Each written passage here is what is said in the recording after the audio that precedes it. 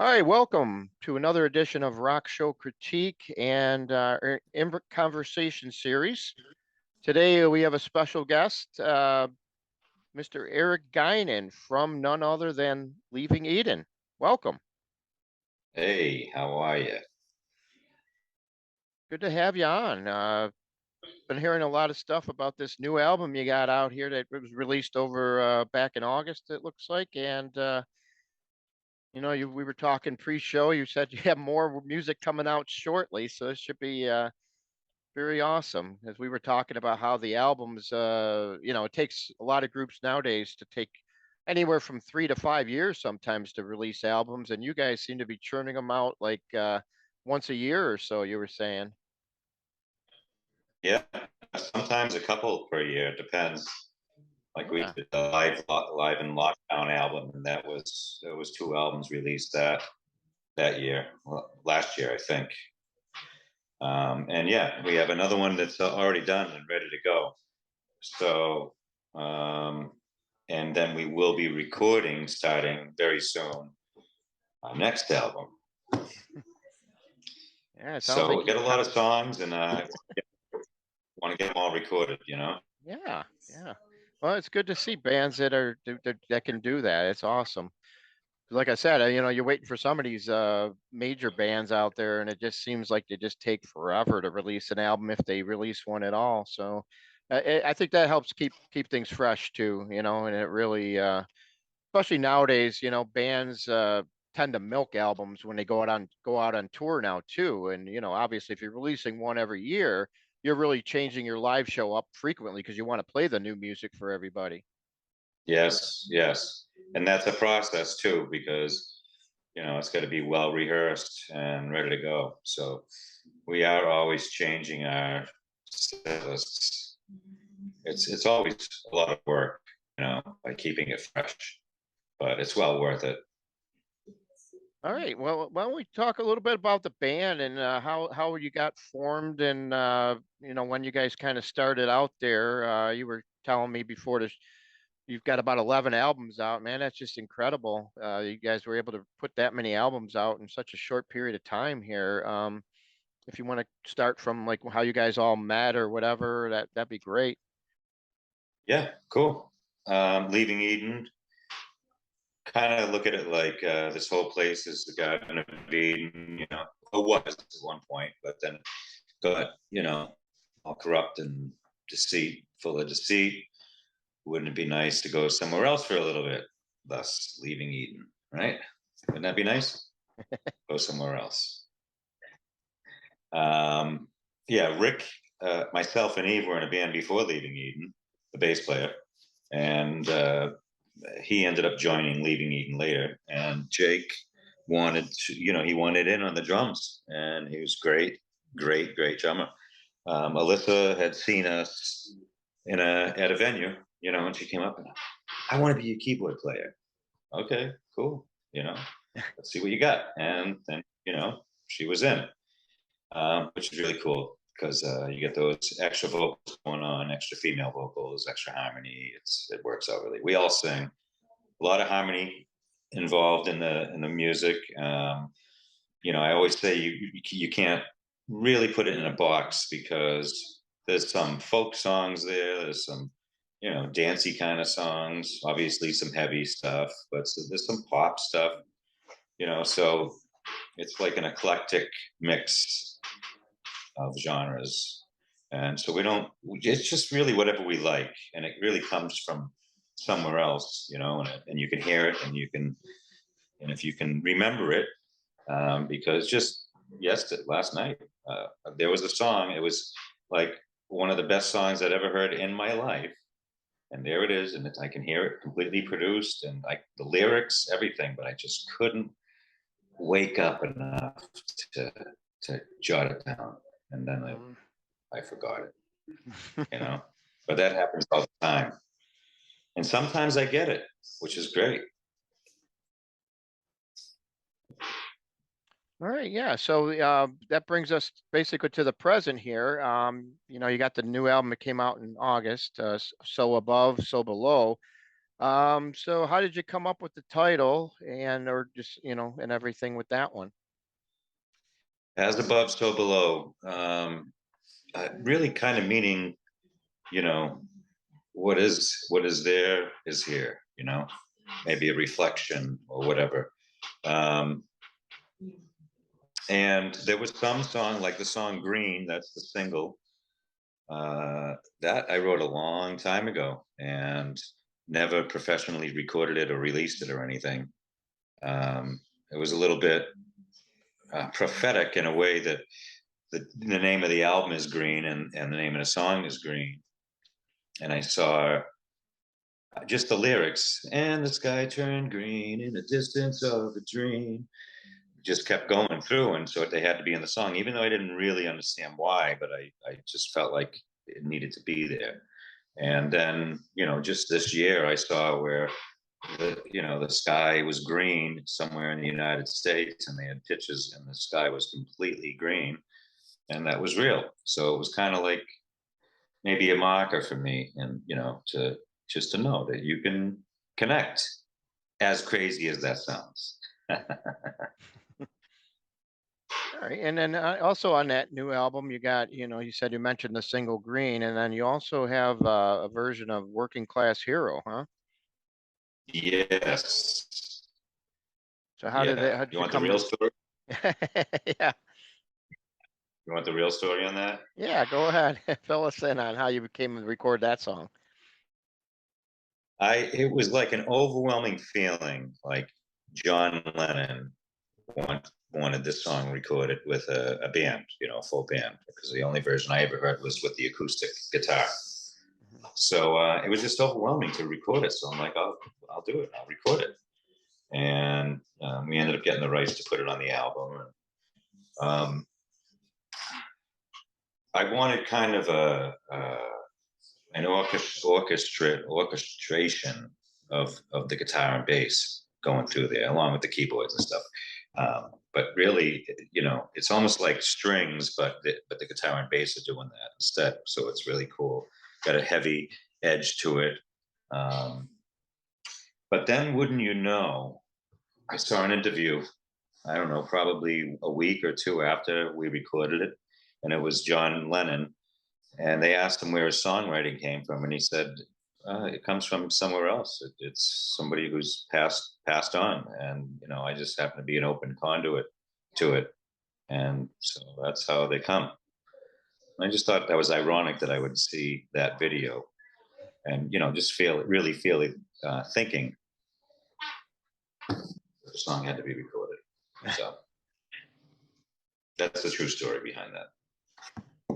Yeah, it's definitely one of the highlights on the new album for sure. I really like that You know what I version. have actually? I Mm. have the version.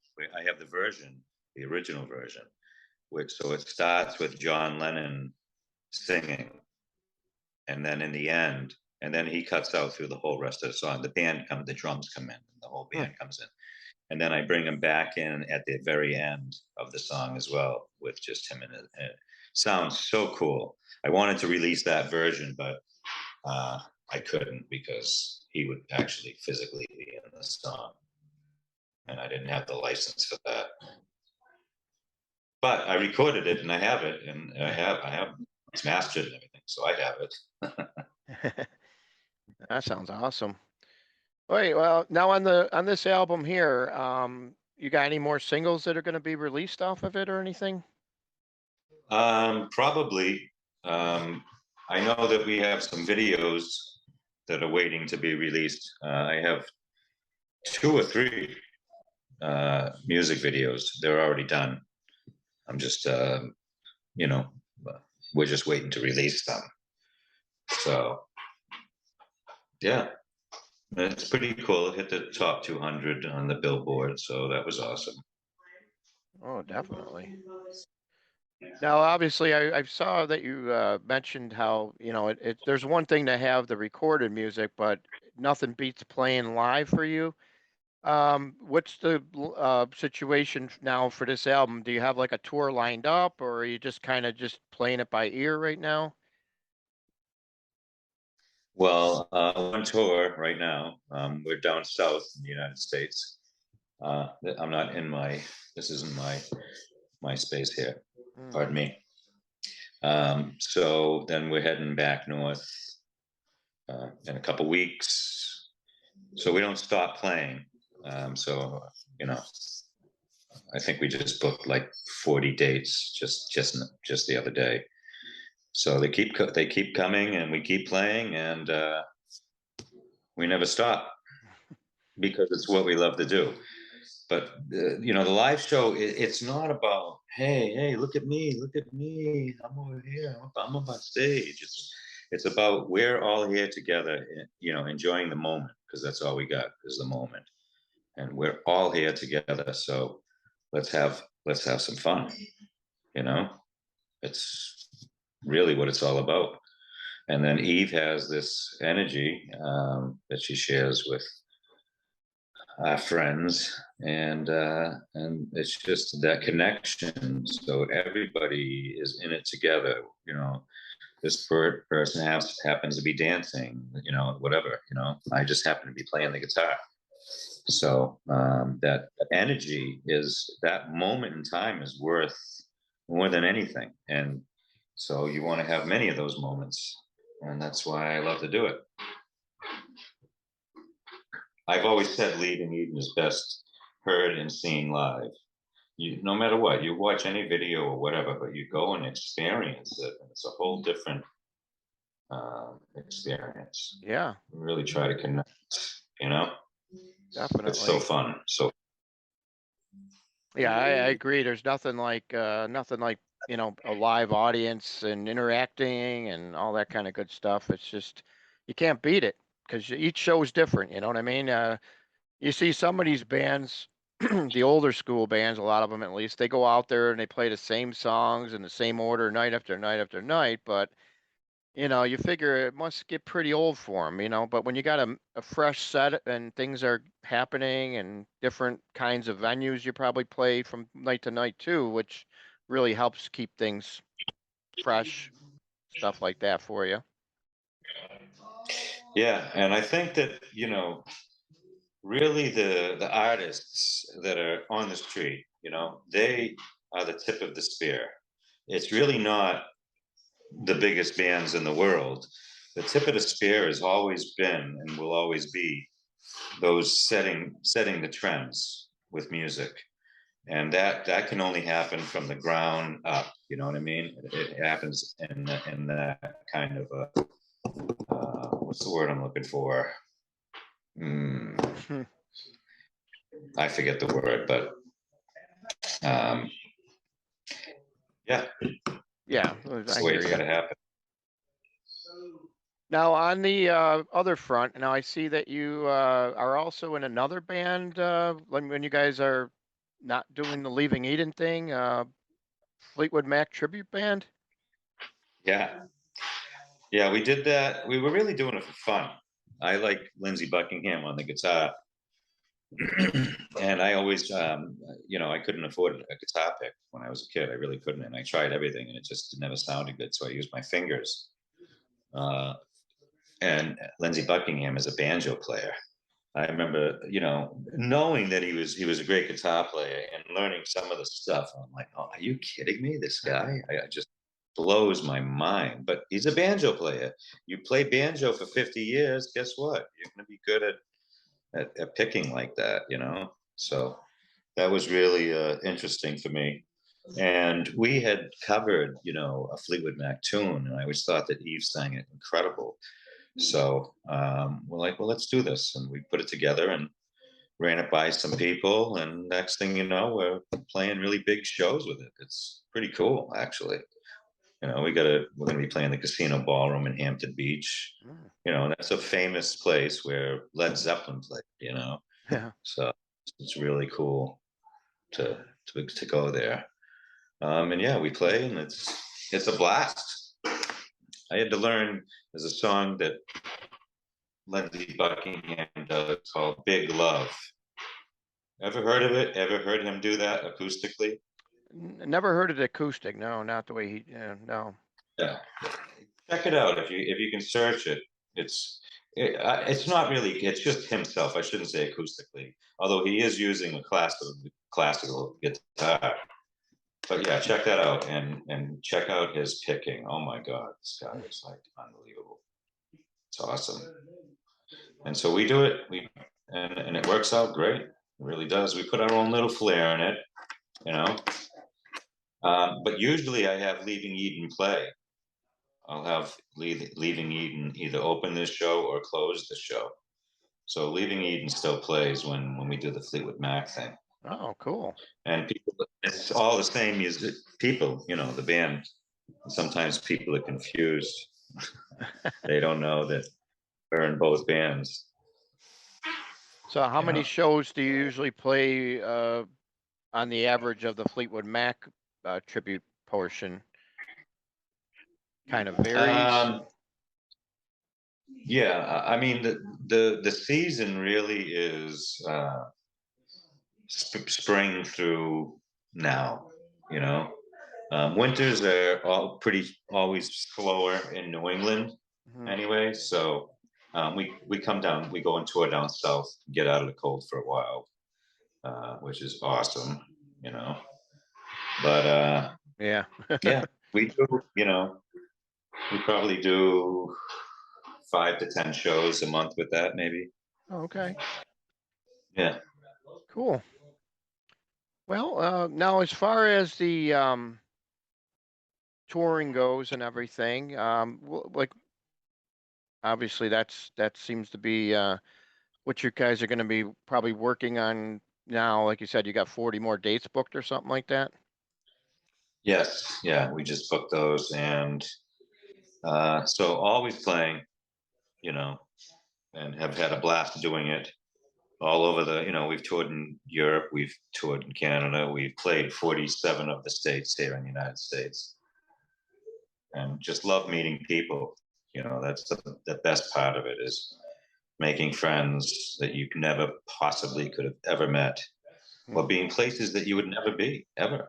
We got a song that we wrote about that too, and we also get our music in some movies, which is there'll be some movies coming out with music in it as well. So we're looking forward to that, man. Oh yeah, that definitely sounds cool. Definitely if you once you're in a movie, you'll never never forget it. That's for sure. Those songs usually stick to you. I know so many songs from so many movies that just still resonate with me. It's awesome. Yeah, Oh, yeah. now obviously, with your differences in your the way you were telling me, you're describing your music, how you have like an eclectic taste and everything. What about your influences growing up and stuff like that? Like, who were your main people that you really idolized and stuff like that?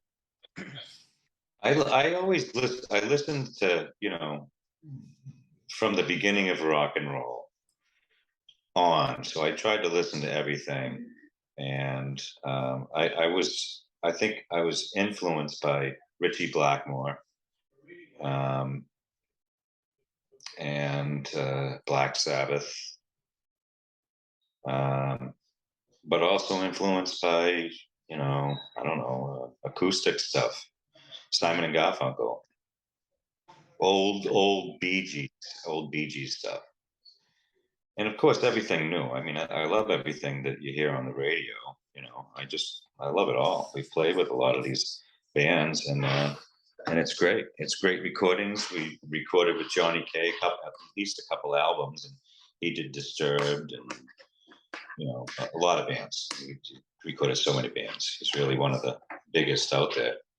Learned a lot from him. We record all our albums in our studio now, and then we send them off to our friend Bob St. John and down in Florida. So we get to spend a lot of time working on material because it's in our own studio. We get to do a lot of production, and it's fun. I usually get started, right around Christmas time. Yeah, I mean, it just sounds like you guys got such a busy between that and the touring and the recording of the new albums. Man, it sounds like you guys are constantly Do you ever get a break in the action, or do you like try to take some time off to kind of refresh? I I don't know, a couple albums ago, there's a song, "Sometimes I feel, can I ever get a break?" Right? And then look what happened. We all got a break, right? The whole world shut down. Everybody got it. Most people got a Hmm. break. We got a break for a couple months. We were booked for a year in advance when that happened, and then everything immediately like that was canceled. Yeah. And then within 2 months, we actually rebooked the entire year. Within 2 months, though, we just played all different venues that had entertainment outside, and we came down south, and where everything was outside anyway. So, but yeah, honestly, when you're touring, you really get like right now. I'm in Florida, and I was just sitting in a nice pool, and there's the palm trees and everything. I'll take that, So we really try to live in the moment, in anything that you do, whatever it is, you know, just live in the moment. So, and otherwise, we as human beings, we stay busy. That's what we do. We're busy bees. Well, you definitely seem like some of the more harder working musicians that I've ever come across, for sure. With the way you're, seems like you're just constantly got something going on, which is great, especially for the fans because they're the ones that get to hear all this great new music and all the live shows, and it's just great because some bands take so long between albums and touring that sometimes it's 2 or 3 years down the road before you even get to see some of these guys out on the road. Yeah, So it's good to see some bands are still out there doing it on a you know constant basis, and that's something you don't see too often these days. It seems like not as much as you used to. So, is there yeah. anything else you want to add on? Anything else you want to promote that you got coming up down the road here? Well, I definitely want to thank you for this interview. It's people like you that keep the ball rolling. You know what I'm saying? Hmm. And I really respect you for that. Now, are you a musician yourself? No, No, he not laughed. myself. So, um, but you get to interview musicians and be involved with rock and roll. So you know, that's to me, that's just as cool. You get to talk to different people, and I think that's awesome. I really appreciate, you know, being able to do interviews, Chip setting it up and everything. It's awesome. And our record label is Dark Star Records, Hmm.